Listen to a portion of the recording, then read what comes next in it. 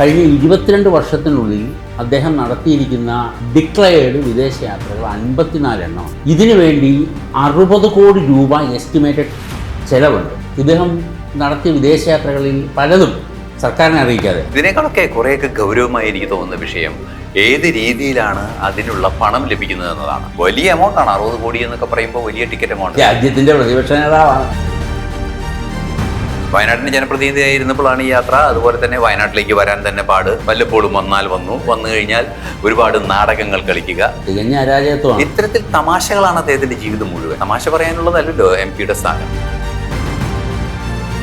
മറ്റു ചില ടൂറിസം ഉദ്ദേശത്തോടു കൂടി ചില രാജ്യങ്ങൾ സന്ദർശിക്കുന്നത് എന്ന് പറയുന്ന ഒരു ആരോപണം പോലും നിലനിൽക്കുന്നുണ്ട്. അതെ, ചില ഐലൻഡുകളിലൊക്കെ പോയി എന്നുള്ള പ്രശ്നങ്ങൾ നിൽക്കുന്നു. ഉത്തരവാദിത്തപ്പെട്ട അണികളുണ്ടെങ്കിൽ ഈ ചോദ്യം വരും. മുംബൈ പോകണം, തമ്പുരാൻ ചെല്ലണം, എന്തൊരു കുന്തവും സിന്ദാബാദ്.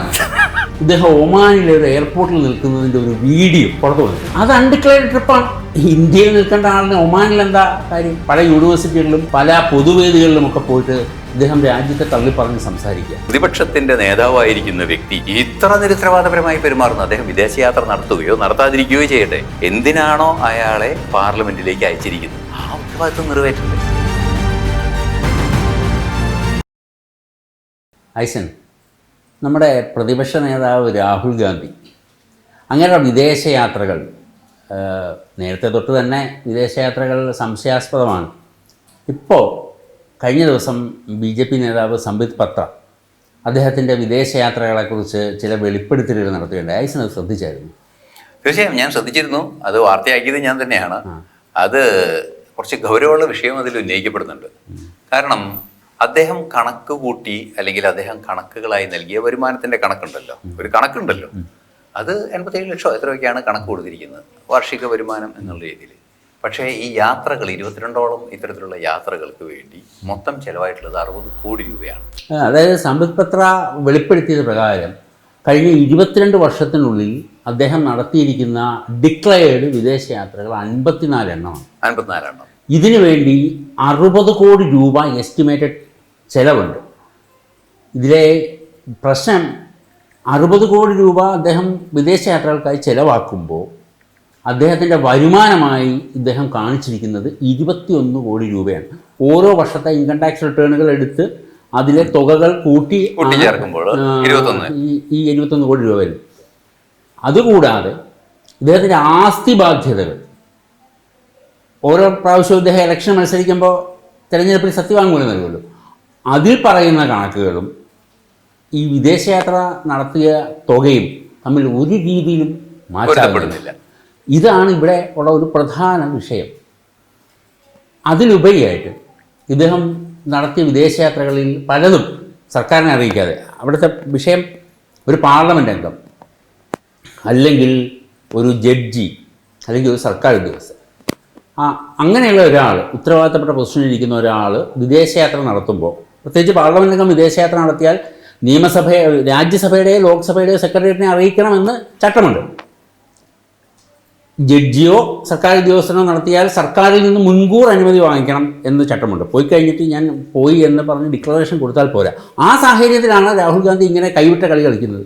ഇതിനേക്കാളൊക്കെ കുറേയൊക്കെ ഗൗരവമായി എനിക്ക് തോന്നുന്ന വിഷയം വിദേശയാത്ര രാഹുൽ നടത്തുന്നു, അതിൻ്റെ ചട്ടലംഘനങ്ങൾ നടത്തുന്നു, ഏത് രീതിയിലാണ് അതിനുള്ള പണം ലഭിക്കുന്നത് എന്നതാണ്. ഈ വലിയ എമൗണ്ടാണ് 60 കോടി എന്നൊക്കെ പറയുമ്പോൾ വലിയ ടിക്കറ്റ് എമൗണ്ടാണ്. പിന്നെ സംബിത് പത്ര വെളിപ്പെടുത്തിയ വിഷയങ്ങളിൽ ഒരു പ്രധാനപ്പെട്ട ഘടകം കൂടിയുണ്ട്. അവിടെ അദ്ദേഹത്തോടൊപ്പം പോകുന്നത് 5-6 പേര് പോകുന്നുണ്ട്. അത് സെക്യൂരിറ്റി ഉദ്യോഗസ്ഥരാകാം, സഹപ്രവർത്തകരാകാം, പല ആവശ്യങ്ങൾക്കുള്ളവരാകാം. അത്തരത്തിൽ പോകുന്നവരും ഇദ്ദേഹവുമെല്ലാം വിമാനത്തിൽ സഞ്ചരിക്കുന്നു. ഇദ്ദേഹം ബിസിനസ് ക്ലാസ്സിൽ സഞ്ചരിക്കുന്നു. അതുപോലെ തന്നെ മുന്തിയ ഹോട്ടലുകളിൽ താമസിക്കുന്നു. ഇതെല്ലാം ചെലവോട് ചെലവാണ്. വിദേശയാത്ര പോയി എന്നൊരു ഫ്ലൈറ്റ് ടിക്കറ്റിൽ പോയി അവിടെ എവിടെയെങ്കിലും താമസിച്ചു തിരിച്ചു വരിക എന്നല്ല. ഇത്തരത്തിൽ വലിയ രീതിയിലുള്ള ചെലവുകൾ ഉണ്ടാകുന്ന ഒരു പ്രവർത്തനം ചെയ്യാൻ ഇയാൾക്ക് എവിടുന്നാണ് കാശ്? രാജ്യത്തിന്റെ പ്രതിപക്ഷ നേതാവാണ്. മറ്റൊരു പ്രധാന വിഷയം, ഈ ചെലവാക്കുന്ന കാശിന്റെ കണക്ക് ഇന്ന രീതിയിലാണുള്ളത് എന്ന് കൃത്യമായി ബോധ്യപ്പെടുത്തിയെന്ന് തന്നെ വിചാരിക്കുക. അപ്പോഴും അദ്ദേഹത്തെ വിശ്വസിച്ച് പാർലമെന്റിലേക്ക് അയച്ചിരിക്കുന്ന ജനപ്രതിനിധിയാണ് അദ്ദേഹം. മാത്രമല്ല ലീഡർ ഓഫ് ഒപ്പോസിഷനാണ്. വയനാടിൻ്റെയൊക്കെ ജനപ്രതിനിധിയായിട്ടിരിക്കുമ്പോഴാണ് ഈ യാത്ര. വയനാടിന്റെ ജനപ്രതിനിധിയായിരുന്നപ്പോഴാണ് ഈ യാത്ര. അതുപോലെ തന്നെ വയനാട്ടിലേക്ക് വരാൻ തന്നെ പാട്. വല്ലപ്പോഴും വന്നു കഴിഞ്ഞാൽ ഒരുപാട് നാടകങ്ങൾ കളിക്കുക. പല തമാശ നാടകങ്ങളും അന്ന് ഞാൻ വയനാടൊക്കെ ജോലി ചെയ്യുമ്പോൾ കണ്ടിട്ടുണ്ട്. തമാശ നാടകങ്ങളൊക്കെ കളിക്കുമായിരുന്നു അദ്ദേഹം.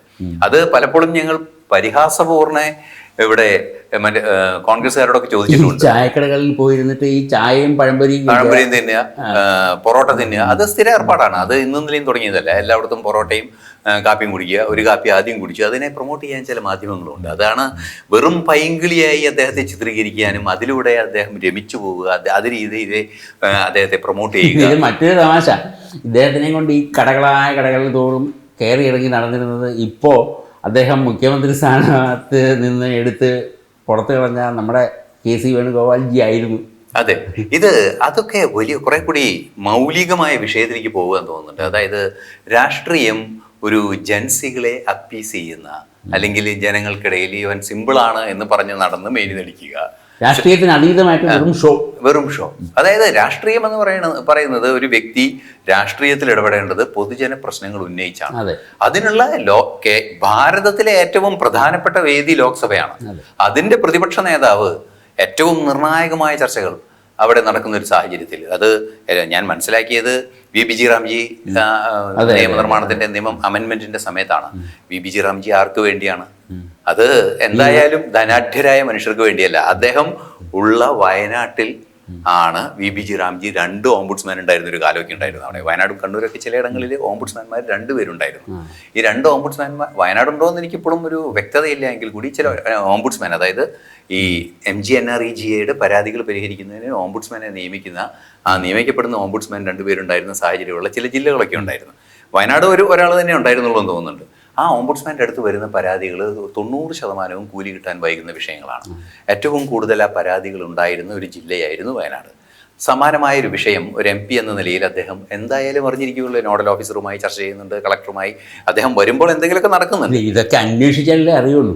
അതെ, സാധാരണ MPമാർ അറിയും, ഇദ്ദേഹം അറിയുന്നില്ല എന്നുള്ളത്. വേറെ മറ്റൊരു വലിയ തമാശ എനിക്ക് തോന്നിയിട്ടുള്ളത്, പ്രഹ്ലാദ് ജോഷി ഇവിടെ പ്രസംഗിച്ചൊരു കാര്യമുണ്ട്. ഫിഷറീസ് മന്ത്രാലയം ഇല്ല എന്ന് പറഞ്ഞു നടന്നു. പക്ഷെ ഫിഷറീസ് മന്ത്രാലയം ഉണ്ടായിരുന്നു. അദ്ദേഹം അത് പറയുമ്പോൾ ഫിഷറീസ് മന്ത്രാലയം ഉണ്ട്. അതിനേക്കാൾ വിചിത്രമായൊരു തമാശ പ്രഹ്ലാദ് ജോഷി തന്നെ പറഞ്ഞതാണ്. അദ്ദേഹം പാർലമെന്ററി അഫയേഴ്സിന്റെ ചാർജ് ആയിരുന്നപ്പോൾ നക്ഷത്ര ചിഹ്നമിട്ട ചോദ്യങ്ങൾ മുഴുവൻ പാർലമെന്ററി അഫയേഴ്സിന്റെ ഓഫീസിലും വരും.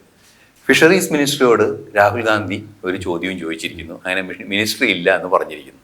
എന്ന് പറഞ്ഞാൽ മിനിസ്ട്രി ഉണ്ടോ എന്ന് അറിയില്ല, മിനിസ്ട്രി ഉണ്ടോ എന്ന് അറിയില്ല. ഇല്ലാത്ത ഒരു സംശയം ആരൊക്കെയോ രാഹുൽ ഗാന്ധിയുടെ പേരിൽ കൊടുത്തിരിക്കുന്നു, എവിടെയൊക്കെയോ കൊടുത്തിരിക്കുന്നു. അങ്ങനെ അത് പാർലമെന്റിൽ ചോദ്യമായി വരും. ഇത്തരത്തിൽ തമാശകളാണ് അദ്ദേഹത്തിന്റെ ജീവിതം മുഴുവൻ. അവിടെയാണ് ഈ പ്രശ്നം വരുന്നത്. തമാശ പറയാനുള്ളതല്ലല്ലോ MP-യുടെ സ്ഥാനം. പണ്ട് ഞാൻ കേട്ടിട്ടുണ്ട്, തൃശ്ശൂരുണ്ടായിരുന്ന ഒരു നിയമസഭാംഗത്തെ, ഒരു ഇടതുപക്ഷ നിയമസഭാംഗത്തെ തൃശ്ശൂര് നിയമസഭ സമ്മേളിക്കുന്ന സമയത്ത് തൃശ്ശൂരുണ്ടായിരുന്നു അദ്ദേഹത്തെ പിടിച്ച് നാട്ടുകാർ ട്രെയിൻ കയറ്റി വിട്ടിട്ടുണ്ട്. ഇവിടെ പോയി നിയമസഭയിൽ ചെന്നിരിക്കുക, ഇവിടെ വന്നിരിക്കില്ലേ, ഇവിടെ കറങ്ങി നടക്കരുത്. ഇതേ ഉത്തരമാണ് രാഹുലിനോട് പറയേണ്ടത്. രാഹുലിനോട് ഇത് പറഞ്ഞേ പറ്റൂ. കാരണം രാഹുൽ ഈ പാർലമെന്റ് സമ്മേളനം, അതായത് മനുഷ്യന്റെ പ്രശ്നങ്ങൾ, അതീവ ഗൗരവമേറിയ വിഷയങ്ങൾ ഉന്നയിക്കാനുള്ള ഭാരതത്തിലെ പരമോന്നത വേദിയുടെ പ്രതിപക്ഷത്തിന്റെ നേതാവായിരിക്കുന്ന വ്യക്തി ഇത്ര നിരുത്തരവാദപരമായി പെരുമാറുന്നു. അദ്ദേഹം വിദേശയാത്ര നടത്തുകയോ നടത്താതിരിക്കുകയോ ചെയ്യട്ടെ, പക്ഷേ എന്തിനാണോ അയാളെ പാർലമെന്റിലേക്ക് അയച്ചിരിക്കുന്നത് ആ ഉത്തരവാദിത്വം നിറവേറ്റണ്ടേ? അത് ഈ ഇദ്ദേഹത്തിൻ്റെ വിദേശയാത്രയുമായി ബന്ധപ്പെട്ട് മറ്റൊരു വിഷയം കൂടെ ഉണ്ടെന്ന് എനിക്ക് തോന്നുന്നു. അത് വ്യക്തമായി പരിശോധിച്ച് മനസ്സിലാക്കേണ്ട കാര്യമാണ്. ഇദ്ദേഹത്തിൻ്റെ വിദേശയാത്രകളിൽ ഒരു പ്രത്യേക പാറ്റേൺ കാണാൻ പറ്റും. ഇദ്ദേഹം 54 യാത്ര നടത്തിയിട്ടുണ്ട്. ഓരോ വിദേശയാത്രകളിൽ പോയിട്ട് തിരിച്ചു വരുന്നു. ഇവിടെ വന്നിട്ട് പഴയ ബോംബ് സ്ഫോടന പ്രസ്താവനയൊക്കെ ഓർമ്മയുണ്ടല്ലോ, ഞാൻ നാളെ ഒരു ബോംബ് പൊട്ടിക്കാൻ പോവാണ് എന്ന് പറയുന്നത്. ഇതൊക്കെ ഈ വിദേശയാത്രകളുമായിട്ട് കണക്റ്റഡാണ്. അവിടെ പോയിട്ട് വന്നിട്ട് അവിടെ നിൽക്കുന്ന ഏതോ യജമാനൻ കൊടുത്തിരിക്കുന്ന പാവ ഒരു കീ കൊടുക്കുന്നത് പോലെ ആണ് ഇദ്ദേഹം ഇവിടെ വന്ന് പ്രസ്താവന നടക്കുന്നു. ഈ രാജ്യത്തിനെതിരായിട്ട്, ഇവിടുത്തെ നീതി നിർവഹണ വ്യവസ്ഥയ്ക്കെതിരായിട്ട്, ഇവിടുത്തെ തെരഞ്ഞെടുപ്പിനെതിരായിട്ട്, ഇവിടുത്തെ സൈന്യത്തിനെതിരായിട്ട്, അതുകൂടാതെ നമ്മുടെ അന്താരാഷ്ട്ര ബന്ധങ്ങളെ ശിഥിലീകരിക്കത്തക്ക രീതിയിലുള്ള വെടിമരുന്ന് ഇട്ട് കൊടുക്കുന്നു. രാജ്യത്തിനുള്ളിൽ നിന്നുകൊണ്ട് രാജ്യത്തിനെതിരായി പ്രവർത്തിക്കുന്ന ആളുകളുടെ പ്രവർത്തനത്തിന് ഊർജം പകരുന്ന രീതിയിലാണ് പലപ്പോഴും രാഹുൽ ഗാന്ധിയുടെ പ്രസ്താവനകൾ. ഈ പ്രസ്താവനകളൊക്കെ തന്നെ ഇദ്ദേഹത്തിൻ്റെ വിദേശയാത്രകളുമായി ബന്ധപ്പെട്ടതാണെന്നാണ് ഇതിലൊരു പാറ്റേൺ ശ്രദ്ധിച്ച് അത് വിശദമായി പരിശോധിച്ച് അതിലെ ശരിതെറ്റുകൾ ശരിക്കും സർക്കാർ അത് പുറത്തു കൊണ്ടുവരേണ്ടതാണ്. അങ്ങനെയാണ് അദ്ദേഹത്തിൻ്റെ വിദേശയാത്രകൾ പലതുമെന്നാണ്. കാരണം ഇവിടെ പോയി കഴിഞ്ഞ് ഇദ്ദേഹം ആരോടാണ് പല യൂണിവേഴ്സിറ്റികളിലും പല പൊതുവേദികളിലുമൊക്കെ പോയിട്ട് ഇദ്ദേഹം രാജ്യത്തെ തള്ളിപ്പറഞ്ഞ് സംസാരിക്കുക.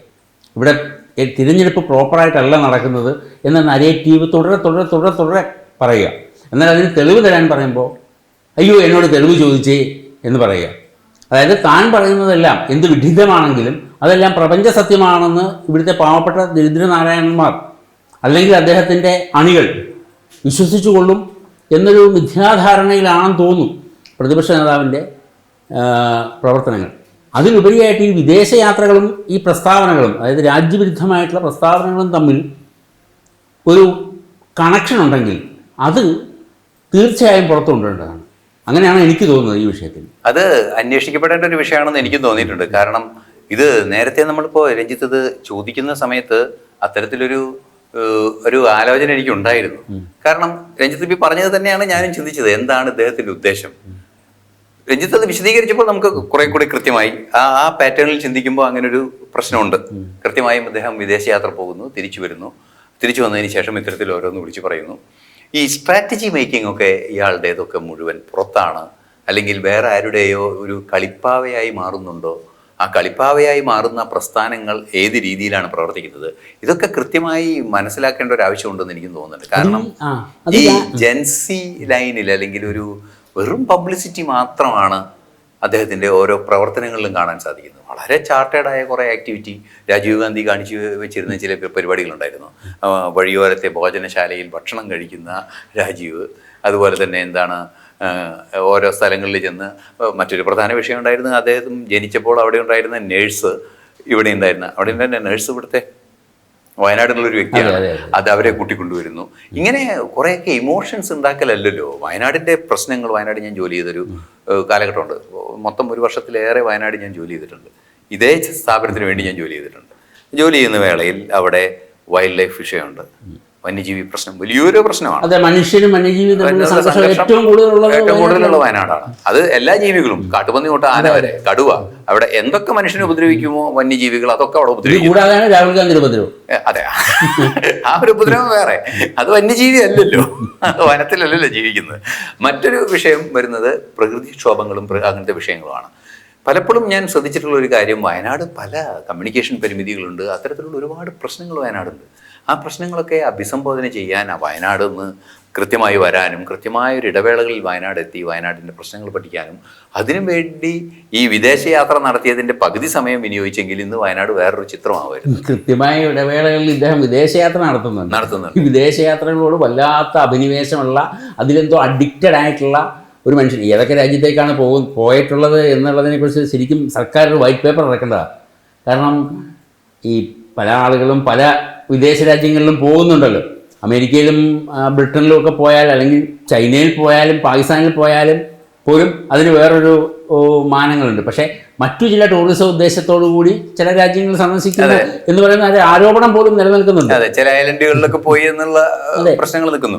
പക്ഷേ അത് കുറെ കൂടി വിശാലമായി ചിന്തിച്ചാൽ അത് അദ്ദേഹത്തിന്റെ മനുഷ്യാവകാശപരമായ വിഷയങ്ങളോ അല്ലെങ്കിൽ അദ്ദേഹത്തിന്റെ പ്രൈവറ്റ് മാറ്ററോ എന്തൊക്കെയാവും. രാജ്യത്തിന്റെ പ്രതിപക്ഷ നേതാവ് അത് ഒരു അന്തസ്സിന്റെ വിഷയമാണ്. അത് പാർലമെന്റിന്റെ എത്തിക്സ് കമ്മിറ്റിയിലൊക്കെ സുതാര്യതാരാഹിത്യം, സ്വകാര്യതയാവുന്നില്ല.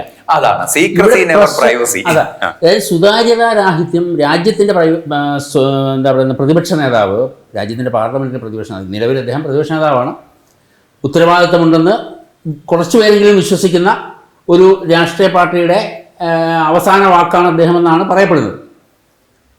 അത് കേരളത്തിലെ മുസ്ലിം ലീഗിന്റെ മുമ്പിൽ ആ അവസാന വാക്ക് എവിടം വരെ എത്തി എന്നുള്ളത് നമ്മൾ കണ്ടതാണ്. അതുകൊണ്ട് അത് അവിടെ നിൽക്കുന്നത്. അതാണല്ലോ അവസാന വാക്ക്. മുസ്ലിം ലീഗ് പറയുന്നതാണ് അവസാന വാക്ക്. അപ്പൊ അത് ശരിയാണ്, അവസാന വാക്കാണ്. അങ്ങനെ ഇരിക്കുന്ന അദ്ദേഹം ഇങ്ങനെ സുതാര്യതാരാഹിത്യം, ഇതിനകത്ത് ഈ സുതാര്യതാരാഹിത്യം എന്നുള്ള വാക്ക് പ്രയോഗിക്കാനുള്ള കാരണം, പ്രതിപക്ഷ നേതാവ് പോകുമ്പോൾ അൺഡിക്ലെയർഡ് ട്രിപ്സ് ഇതുണ്ട് എന്ന് CISF മല്ലികാർജുൻ ഖാർഗെക്ക് കത്തയച്ചതായിട്ട് വാർത്തകൾ വന്നിരുന്നു.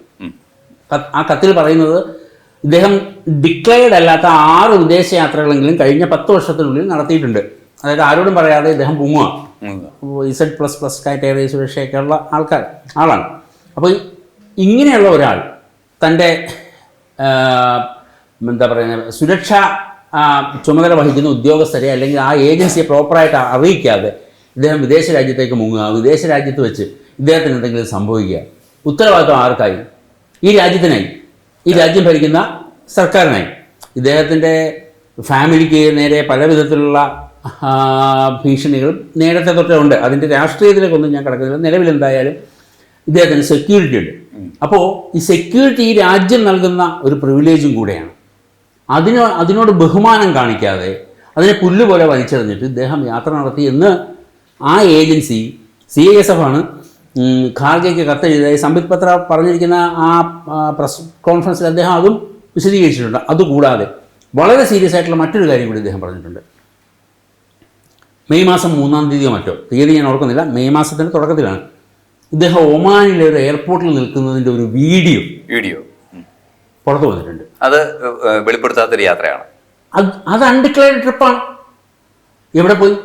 ഇതായത് ഇന്ത്യയിൽ നിൽക്കേണ്ട ആളിന് ഒമാനിൽ എന്താ കാര്യം?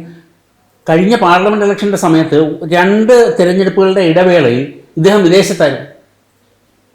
ഇവിടുത്തെ പ്രതിപക്ഷത്തിൻ്റെ ഇന്ത്യ മുന്നണി എന്ന് പറഞ്ഞാൽ അദ്ദേഹത്തിൻ്റെ നേതൃത്വത്തിലാണെന്ന് പറയപ്പെടുന്ന, കാരണം 25 നേതാക്കന്മാരുണ്ട്, അവർ 25 പേരും 25 തരത്തിൽ നയിക്കുന്ന ആ മുന്നണിയുടെ ഒരു സുപ്രധാന നേതാവാണല്ലോ ഇദ്ദേഹം. ആ മുന്നണിയുടെ സ്ഥാനാർത്ഥികൾക്ക് വേണ്ടി പ്രചരണം നടത്താതെ ഇദ്ദേഹം വിദേശയാത്രയിൽ പോയിരിക്കുന്നു. അത് അവരുടെ കാര്യം, അതുകൊണ്ട് നമുക്ക് പ്രത്യേകിച്ച് നഷ്ടമൊന്നുമില്ല. പക്ഷേ ഈ അൺഡിക്ലെയർഡ് യാത്രകൾ എന്ന് പറയുന്നത് ശരിക്കും അദ്ദേഹത്തെ ആരാധിക്കുന്ന ജനങ്ങൾ, അല്ലെ അദ്ദേഹത്തിൻ്റെ അനുയായികൾ, ഫാൻസ് അസോസിയേഷനാണ് കോൺഗ്രസ് എന്ന് നമ്മൾ നേരത്തെ തന്നെ മനസ്സിലാക്കിയിട്ടുള്ളതാണ്. അദ്ദേഹത്തിൻ്റെ ഫാൻസ്, ഈ രാജ്യത്തിൻ്റെ പ്രതിപക്ഷ നേതാവാണ്, ഈ രാജ്യം, ഇതിനോടൊക്കെ അദ്ദേഹം കൊഞ്ഞനം കുത്തുകയാണ് ചെയ്യുന്നത്. അതെ, അത് തന്നെയാണ് പ്രശ്നം. അതായത് ഈ അൺഡിക്ലെയർഡായ യാത്ര പണ്ട് ഒരു 10 വർഷം മുമ്പാണ് 57 ദിവസത്തോളം ഇദ്ദേഹത്തെ കാണാതായി. അതിനുശേഷം പിണങ്ങിപ്പോയതാണെന്നാ പറയുന്നത്. പിന്നെ തിരിച്ചു വന്നിട്ട് 2 ദിവസം കഴിഞ്ഞപ്പോൾ രാംലീല മൈതാനിയിലെ വലിയൊരു പരിപാടിയെ അഭിസംബോധന ചെയ്യുന്നു. കൃത്യമായും BJP അതിനെ നിരീക്ഷിച്ചത്, അല്ലെങ്കിൽ പ്രതിപക്ഷ പാർട്ടികൾ, അല്ലെങ്കിൽ അദ്ദേഹത്തെ എതിർക്കുന്ന പാർട്ടി, അന്ന് പ്രതിപക്ഷമല്ല, എതിർക്കുന്ന പാർട്ടികൾ കൃത്യമായി അതിനെ നിരീക്ഷിച്ചത് എനിക്കിപ്പോഴും ഓർമ്മയുണ്ട്. ആ നിരീക്ഷണങ്ങളൊക്കെ കൃത്യമായി പറയുന്നുണ്ട്. ഓരോ തവണയും രാഹുൽ ഗാന്ധിയെ റീലോഞ്ച് ചെയ്തുകൊണ്ടിരിക്കുകയാണ്. വീണ്ടും റീ റിലീസാണ് എന്ന് പറഞ്ഞാൽ നേരത്തെ ഉണ്ടായതൊക്കെ എറേസ് ചെയ്ത് കളഞ്ഞു, ഇനി പുതിയത്. അപ്പൊ പുതിയ എന്തെങ്കിലും വിളിച്ചു പറയും, അങ്ങനെ ഓരോന്ന് വിളിച്ചു പറയുക, അതിനെ വലിയ കാര്യമായി പ്രചരിപ്പിക്കുക. ഈ പറഞ്ഞ പോലെ പൊറോട്ട തിന്നുന്നു, ധ്യാനത്തിന് പോയി എന്ന് പറഞ്ഞു. ഇത് ധ്യാനത്തിന് പോട്ടെ, ഒരു വ്യക്തിപരമായ ഒരു ആശ്വാസം ലഭിക്കാൻ സങ്കീർണമായ ജോലികളൊക്കെ ചെയ്യുന്നുണ്ടെങ്കിൽ മനുഷ്യന് ഇതൊക്കെ ആവശ്യമാണ്. അല്ല, ചെയ്യുന്നുണ്ടെന്നാണല്ലോ വെപ്പ്. പാർലമെന്റിലെ പ്രതിപക്ഷ നേതാവ് എന്ന് പറഞ്ഞാൽ കൂടിയാലോചനകളും പാർലമെന്റിലെ പരിപാടികളൊക്കെ അങ്ങനെയാണല്ലോ. പാർലമെന്റ് അദ്ദേഹത്തിന്റെ ബോഡി ലാംഗ്വേജ് ശ്രദ്ധിച്ചാൽ ഈ 2 കൈ കൊണ്ടും മൊബൈൽ ഫോണിൽ ഒരുമിച്ച് ഇത്ര സ്പീഡിൽ ടൈപ്പ് ചെയ്യുന്ന മറ്റൊരാളെ ഞാൻ കണ്ടിട്ടുണ്ട്. അതെ, അല്ല, മൊബൈൽ ഫോൺ ടൈപ്പ് ചെയ്യുന്നു, അത് വേറെ ഓരോ കാര്യങ്ങളിലാണ് വ്യാപൃതനാവുന്നത്. പാർലമെന്റ് ഞാൻ കണ്ടിട്ടുള്ള MP-മാരൊക്കെ ഒരുപാട് തിരക്കുകളുള്ള മനുഷ്യരാണ്. കാരണം അവർക്ക് പലരെയും കാണേണ്ടി വരുന്നു, ഒരുപാട് മനുഷ്യരെ കാണേണ്ടി വരുന്നു, പല ചർച്ചകൾ ചെയ്യേണ്ടി വരുന്നു. പാർലമെന്റിൽ തന്നെ പല കമ്മിറ്റികളിലും അവർ അംഗമായിരിക്കും. അപ്പോൾ അതിൻ്റെ യാത്രകളുണ്ടാവും. MP എന്ന് പറഞ്ഞാൽ തിരഞ്ഞെടുക്കപ്പെട്ട് പാർലമെന്റിൽ ചെന്നിരുന്ന് കുറച്ച് ദിവസം ഉറങ്ങി തിരിച്ചു വന്ന് വീണ്ടും എന്തെങ്കിലും കാണിച്ചു കൂട്ടുക, അതല്ല. MP വളരെയധികം എൻഗേജ്ഡ് ആയ ഒരു മണ്ഡലത്തിലെത്താൻ തന്നെ സമയം വേണം. എത്രത്തോളം വിശാലമാണ് വയനാട്, അമേഠി, ഏത് മണ്ഡലം ആവട്ടെ, ഈ മണ്ഡലത്തിലെ ഒരു പാർലമെന്റ്, ഇന്ത്യയിലെ ഏത് പാർലമെന്റിലെ അംഗവും ഒരു ലോക്സഭാ അംഗവും അദ്ദേഹത്തിന്റെ മണ്ഡലത്തിൽ യാത്ര ചെയ്യണമെങ്കിൽ വലിയ ഏരിയ ഉണ്ട്. ഇതൊക്കെ കറങ്ങി തിരിഞ്ഞ് എത്തണ്ടേ? അവിടെയൊക്കെ പ്രശ്നങ്ങൾ, ഓരോ വിഷയങ്ങളെ ഒന്നുമില്ലെങ്കിൽ ഉദ്ഘാടനത്തിനും പൊതുപരിപാടികൾക്കെങ്കിലും ചെല്ലാൻ ബാധ്യസ്ഥനായ ഒരു വ്യക്തിയല്ലേ. സർക്കാർ പരിപാടികൾക്കെങ്കിലും പോകണ്ടേ? ആ സർക്കാർ പരിപാടികൾക്കൊന്നും ഇവിടെ കണ്ടിരുന്നില്ല, അത് വേറെ കാര്യം. പക്ഷെ വേറൊരു വലിയൊരു പ്രശ്നം ഞാൻ നേരിട്ട്, ഞങ്ങളെല്ലാം മാധ്യമപ്രവർത്തകരായ നമ്മളത് ഒരു കൺസേൺ ആയി തന്നെ ഉന്നയിക്കേണ്ട ഒരു ആവശ്യമാണ്. അതായത് അത് ഞാൻ നേരിട്ട് അനുഭവിച്ചതാ. വയനാട് MP വരുന്നു, ആഘോഷമായി, വലിയ ആഘോഷമായി. MP വരുന്നു, ആഘോഷമാണല്ലോ. വർഷത്തിലൊരിക്കൽ വരിക, അല്ലെങ്കിൽ 2 വർഷം കൂടും. ഇവിടെയൊക്കെ തിരുവനന്തപുരത്തൊക്കെ 3 വർഷം കൂടുമ്പോൾ നടക്കുന്ന ഉത്സവമൊക്കെ ഞാൻ കണ്ടിട്ടുണ്ട്. അപ്പൊ അതുപോലെ വല്ലപ്പോഴൊക്കെ ഉണ്ടാകുന്ന ഒരു ഉത്സവമാണ്, ഞാൻ ആഘോഷിക്കുന്നതിലും തെറ്റുന്നില്ല. പക്ഷെ ഞങ്ങളെല്ലാവരും കളക്ടറേറ്റിന്റെ പുറത്തുകൂടിയല്ല, കളക്ടറേറ്റിന്റെ ഏതോ ഒരു ദൂരത്ത് മാധ്യമപ്രവർത്തകരെ കാണുന്നില്ല എന്ന് ഒരു MP തീരുമാനിക്കുന്നു. പ്രധാനമന്ത്രി തീരുമാനിക്കുന്നു, എക്സിക്യൂട്ടീവായ വലിയ പദവികളിലിരിക്കുന്ന ആളുകൾ തീരുമാനിക്കുന്നു, മുഖ്യമന്ത്രി മാധ്യമപ്രവർത്തകരെ കാണുന്നില്ല എന്ന് പറയുന്നതിൻ്റെ ഒരു യുക്തി നമുക്ക് മനസ്സിലാക്കാം. ഒരു MP അദ്ദേഹത്തിൻ്റെ മണ്ഡലത്തിൽ വന്ന് മണ്ഡലത്തിലെ വികസന കാര്യങ്ങൾ ചർച്ച ചെയ്ത് അല്ലെങ്കിൽ മണ്ഡലത്തിലെ പ്രശ്നങ്ങൾ ചർച്ച ചെയ്ത് അത് പ്രവർത്തകരുമായി ഒന്ന് പങ്കുവെക്കാൻ തയ്യാറല്ല. അത് വല്ലപ്പോഴും വന്നു പോകുന്ന ആള് കളക്ട്രേറ്റിൻ്റെ എൻട്രൻസിൻ്റെ അവിടുന്ന് 100 മീറ്റർ അപ്പുറത്ത് പത്രക്കാരെ നിർത്തുക, എന്താണ് ഈ കാണിക്കുന്നത്? ഈ ദേശാടനക്കിളിയായി നടക്കുന്ന ആളുകൾക്ക് ആ മണ്ണിനോട് എന്ത് ബന്ധം, അവിടുത്തെ ജനങ്ങളോട് എന്ത് ബന്ധം, ആ ജനങ്ങളുടെ പ്രശ്നങ്ങളെ കുറിച്ച് എന്താണ് അദ്ദേഹത്തിന് അറിയാൻ പറ്റുക? ഒന്നും അറിയാൻ പറ്റില്ല. അപ്പോൾ സ്വാഭാവികമായും മാധ്യമപ്രവർത്തകരുടെ ചോദ്യങ്ങൾക്ക് ഇദ്ദേഹത്തിന് കൊഞ്ഞനെ കുത്തി കാണിച്ചാൽ പറ്റില്ലല്ലോ. അതെ, ഈ ഉരുൾപൊട്ടലുണ്ടായപ്പോ അവസാനം ഉരുൾപൊട്ടലുണ്ടായല്ലോ, ആ ഉരുൾപൊട്ടൽ മേപ്പാടി ഉരുൾപൊട്ടലുണ്ടായിരുന്നപ്പോൾ ഒരു വസ്തുത കൂടിയുണ്ട്. ഇത്രയും ലോകം മുഴുവൻ കറങ്ങി നടക്കുന്ന മഹാനായ ഈ MP തെരഞ്ഞെടുപ്പിന് നിന്ന് ആ മണ്ഡലം ഒഴിവാക്കി അടുത്ത തെരഞ്ഞെടുപ്പ് നടക്കുന്നതിനിടയിലാണ്. പ്രകൃതിക്ക് ഇതൊന്നും അറിയില്ലല്ലോ, അറിയേണ്ട ആവശ്യമില്ലല്ലോ, പ്രകൃതി തിരുത്തുകയാണല്ലോ അതൊക്കെ. MP ഉണ്ടായിരുന്നില്ല വയനാട് ഉരുൾപൊട്ടുമ്പോ MP ഇല്ല. അത് ശരിയാണ്. ആ സമയത്ത് അതുമായി ബന്ധപ്പെട്ടിട്ടുള്ള ഒരു ചർച്ചകളിലും ഒരു ഫോട്ടോകളിലും ഒന്നും. അത് കഴിഞ്ഞിട്ട് ഏതൊരു സമയത്ത് ഫോട്ടോഷൂട്ടിന് വന്നു. അതൊരു പ്ലാൻ ഉണ്ടായി. പിന്നെ ഈ കോൺഗ്രസിന്റെ കഴിഞ്ഞ കുറെ കാലങ്ങളായിട്ട് കോൺഗ്രസിന്റെ നേതൃത്വത്തിൽ അല്ലെങ്കിൽ കോൺഗ്രസിന്റെ പ്രോക്സി സംഘടനകൾ, കോൺഗ്രസ് നേരിട്ട് നടത്തിയ സമരങ്ങളൊന്നും തന്നെ ഇല്ല, പ്രോക്സി വാറാണ് ഈ നടത്തിക്കൊണ്ടിരിക്കുന്നത്. സംഘടനകൾ നടത്തിയിട്ടുള്ള എല്ലാ സമരങ്ങളും ടൂൾ കിറ്റ് മെത്തേഡാണ് ഉപയോഗിച്ചിരിക്കുന്നത്. ഇതേ ഈ ഓരോ തവണ പോയിട്ട് വരുമ്പോൾ ഒരു ടൂൾ കിറ്റ് ഇവിടെ ലോഞ്ച് ചെയ്യപ്പെടുന്നുണ്ടെന്ന് തോന്നുന്നു. ഓരോ തവണയും ഇദ്ദേഹത്തിൻ്റെ കണക്ഷൻസും മറ്റു കാര്യങ്ങളും ഒക്കെ വരുന്ന സമയത്ത് ഇദ്ദേഹം ടൂൾ കിറ്റ്, നമ്മൾ വളരെ പല ടൂൾ കിറ്റുകളും അവസാനം വെളിവാക്കപ്പെടുക ചെയ്തിട്ടുണ്ട്. ആ ടൂൾ കിറ്റ് ഇദ്ദേഹം പോയി വരുമ്പോൾ കൊണ്ടുവരുന്നതാണോ, ഇദ്ദേഹത്തിൻ്റെ ആ ടൂൾ കിറ്റിൻ്റെ കൊടുക്കുന്ന ആളുകൾക്ക് ഇവിടെ അത് ഏറ്റുവാങ്ങുന്ന ആളുകൾ ഇവരൊക്കെ ആയിട്ട് രാഹുൽ ഗാന്ധിക്ക് എന്താണ് ബന്ധം? പക്ഷേ അത്രയും ഉത്തരവാദിത്വത്തോടെ ഒരു ചുമതല ഏറ്റെടുക്കാനും ഇത്രയും വലിയ സങ്കീർണമായ പ്രശ്നങ്ങൾ ചെയ്യാനും ഒക്കെ ഉള്ളൊരു തൻ്റെ അദ്ദേഹത്തിനുണ്ടോ? അല്ല, ഇദ്ദേഹത്തിനെ മുമ്പിൽ നിർത്തുന്നതാകാം, ഇദ്ദേഹത്തിന് അദ്ദേഹത്തിനോടൊപ്പം പോകുന്നവരും ഈ വിദേശയാത്രയിൽ സംശയാസ്പദമാണ്. അതുകൊണ്ടാണല്ലോ ഈ അൺഡിക്ലെയർഡ് യാത്ര നടത്തുന്നത്. എന്തുകൊണ്ടാണ് ഈ സ്വകാര്യ ചികിത്സയ്ക്ക് പോകുന്നു എന്ന് പറഞ്ഞാൽ നമുക്ക് മനസ്സിലാക്കും. ചികിത്സയ്ക്ക് പോകുന്നെങ്കിൽ ചികിത്സയ്ക്ക് പോകുന്നു മാത്രം പറഞ്ഞാൽ പറയണ്ട. ഉത്തരവാദിത്തപ്പെട്ട പ്രതിപക്ഷ നേതാവാണെങ്കിൽ, ഉത്തരവാദിത്തപ്പെട്ട പാർലമെന്റ് അംഗമാണെങ്കിൽ അദ്ദേഹം പുറത്തേക്ക് പോകുമ്പോൾ അത് ഈ രാജ്യത്തോട് വെളിപ്പെടുത്തണം, സുരക്ഷയുള്ള ആളാണ്.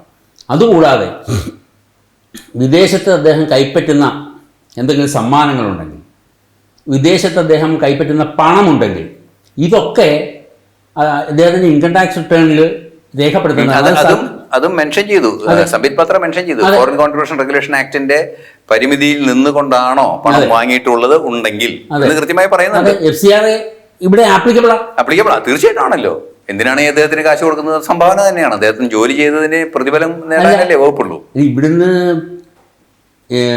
ആനയിച്ചു കൊണ്ടുപോയി അവിടെ കൊണ്ടുവന്ന് എവിടെയെങ്കിലും ഒരു യൂണിവേഴ്സിറ്റിയിൽ സംസാരിപ്പിക്കാൻ, പ്രസംഗിപ്പിക്കാൻ, അല്ലെങ്കിൽ ഒരു ജനതയുടെ അടുത്ത് ഒരു യൂത്തിൻ്റെ അടുത്ത് സംസാരിപ്പിക്കാൻ വേണ്ടി എന്ത് കോൺട്രിബ്യൂഷനാണ് അദ്ദേഹം നടത്തിയിട്ടുണ്ട് എന്നുള്ളത് അവർക്കറിയില്ല. കാരണം അവരെല്ലാം ഈ PR വർക്കുകൾ കാരണം ഉണ്ടായിരിക്കുന്ന ഒരു യുവ നേതാവിനെ മാത്രമാണ്, യുവ നേതാവെന്നും പറയാൻ പറ്റില്ല, അത് വേറെ വിഷയം, യുവാക്കളായിരുന്ന നേതാവ്, യുവത്വത്തിലൂടെ കടന്നു വന്ന നേതാവ്.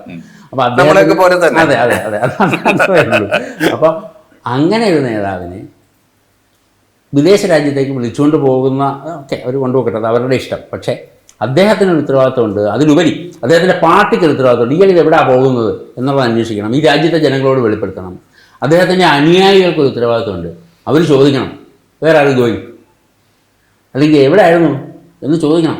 അതെ, ചോദിക്കാനുണ്ട്. അതിപ്പോൾ ചർച്ചകളൊക്കെ നടക്കുമ്പോൾ ഇപ്പോൾ പാർലമെന്റ് നിയമസഭാ തെരഞ്ഞെടുപ്പിന് ശേഷം CPM-ൽ ഒരു സ്റ്റോം ഉണ്ടായിക്കൊണ്ടിരിക്കുകയാണ്. കൊടുങ്കാറ്റാണ് അതിനകത്ത് അടിക്കുന്നത്.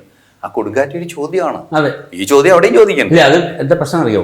ഈ ഉത്തരവാദിത്തപ്പെട്ട അണികളുണ്ടെങ്കിൽ ഈ ചോദ്യം വരുള്ളൂ. ഉത്തരവാദിത്തപ്പെട്ട അണികളില്ല, ഫാൻസ് അസോസിയേഷൻ ആണെങ്കിൽ തീർച്ചയായിട്ടും വീരാരാധനയാണ് ഈ പോക്കൊക്കെ. അവിടെ ചോദ്യമില്ല. കാരണം ഞങ്ങളുടെ നേതാവ് മുംബൈ പോകണ തമ്പുരാൻ ചെല്ലണ എന്തൊരു കുന്തവും സിന്ദാബാദ് എന്നാണ് സംഭവിക്കും. ആ കാര്യമാണ് കോൺഗ്രസിൽ ഇപ്പോൾ നടന്നുകൊണ്ടിരിക്കുന്നത്. ഇപ്പം സതീശൻ്റെ കേസിലാണെങ്കിലും നോക്കുകൂലി വാങ്ങിക്കാൻ നിന്നതാണ് നമ്മുടെ വേണുഗോപാൽ. അദ്ദേഹത്തിൻ്റെ കേസിലാണെങ്കിലും രമേശ് ചെന്നിത്തലയുടെ കേസിലാണെങ്കിലും ഒക്കെ സംഭവിക്കുന്നത് അവസാനം മുസ്ലിം ലീഗിൻ്റെ താല്പര്യപ്രകാരം. മുസ്ലിം ലീഗിൻ്റെ താല്പര്യം എന്താ? ഈ മണ്ഡലത്തിൽ പ്രിയങ്ക ജയിക്കണമെങ്കിൽ ഞങ്ങളുടെ ആളുകൾ വോട്ട് ചെയ്യണമെന്നുള്ള ഭീഷണിയിലാണ് അവസാനം ആങ്ങളെയും പെങ്ങളും വഴങ്ങുന്നത്. അതെ. ആ വഴക്കം, ഈ കണക്ഷൻസ് ഒക്കെ വിദേശത്ത് പോകുമ്പോൾ ഇദ്ദേഹം ഉപയോഗിക്കുന്നുണ്ടോ അല്ലെങ്കിൽ വേറെ ഏതെങ്കിലും രീതിയിൽ വരുന്നുണ്ടോ എന്നൊക്കെയുള്ളത് കൃത്യമായി വെളിപ്പെടുത്തപ്പെടേണ്ടതാണ്. അതിലേക്കുള്ള ആദ്യത്തെ സ്റ്റെപ്പാണ് ഇപ്പോൾ BJP നേതാവായിട്ടുള്ള സംബിത് പത്ര ഈ നടത്തിയ വെളിപ്പെടുത്തൽ. അതിനെ തുടർന്ന് പാർലമെന്ററി കാര്യമന്ത്രിയായിട്ടുള്ള കിരൺ റിജിജു ഈ വിഷയം ഏറ്റുപിടിക്കുകയും പാർലമെന്റിലെ രേഖകൾ പരിശോധിച്ചതിന് ശേഷം ഇദ്ദേഹം നടത്തിയിട്ടുള്ള ഒരു വിദേശയാത്രയും മുൻകൂർ പാർലമെന്റിനെ അറിയിക്കാതെയാണ് പോയത്. ഈ ടേമിനൊരു പ്രത്യേകതയുണ്ട്. പാർലമെന്റിനെ മുൻകൂർ അറിയിക്കണമെന്നാണ് നിയമം. അറിയിക്കാതെയാണ് പോയത് എന്ന് അദ്ദേഹം കഴിഞ്ഞ ദിവസം പത്രസമ്മേളനം നടത്തി സംബിത് പത്ര നടത്തിയ വെളിപ്പെടുത്തലുകൾക്ക് അടിവരയിടുകയും ചെയ്തിട്ടുണ്ട്. അതുകൂടാതെയാണ് ഈ പറയുന്ന മെയ് 3-ാം തീയതി ഇദ്ദേഹം ആരോടും പറയാതെ ഒമാനിലെ ഒരു എയർപോർട്ടിൽ നിൽക്കുന്നതായിട്ടുള്ള ആ ദൃശ്യങ്ങൾ പുറത്തു വന്നിരിക്കുന്നത്. രാഹുൽ ഗാന്ധിക്ക് ഉത്തരവാദിത്തമുണ്ടെങ്കിൽ, കോൺഗ്രസിന് ഉത്തരവാദിത്തമുണ്ടെങ്കിൽ, അതിൻ്റെ അണികൾക്ക് ഉത്തരവാദിത്തമുണ്ടെങ്കിൽ ഈ രാജ്യത്തെ ജനങ്ങളോട് ഇദ്ദേഹം നടത്തുന്ന വിദേശയാത്രകളുടെ സോഴ്സ് അല്ലെങ്കിൽ അതിൻ്റെ കാരണം, അവിടേക്ക് ആരെയാണ് ഇദ്ദേഹം ബന്ധപ്പെടുന്നത് എന്നത് വെളിപ്പെടുത്തേണ്ടതാണ്. ഒരു പത്രസമ്മേളനം, ഒരു മറുപടി പത്രസമ്മേളനം അത്രയും നടത്തിയാൽ മതി, അവിടെ തീരും പ്രശ്നം.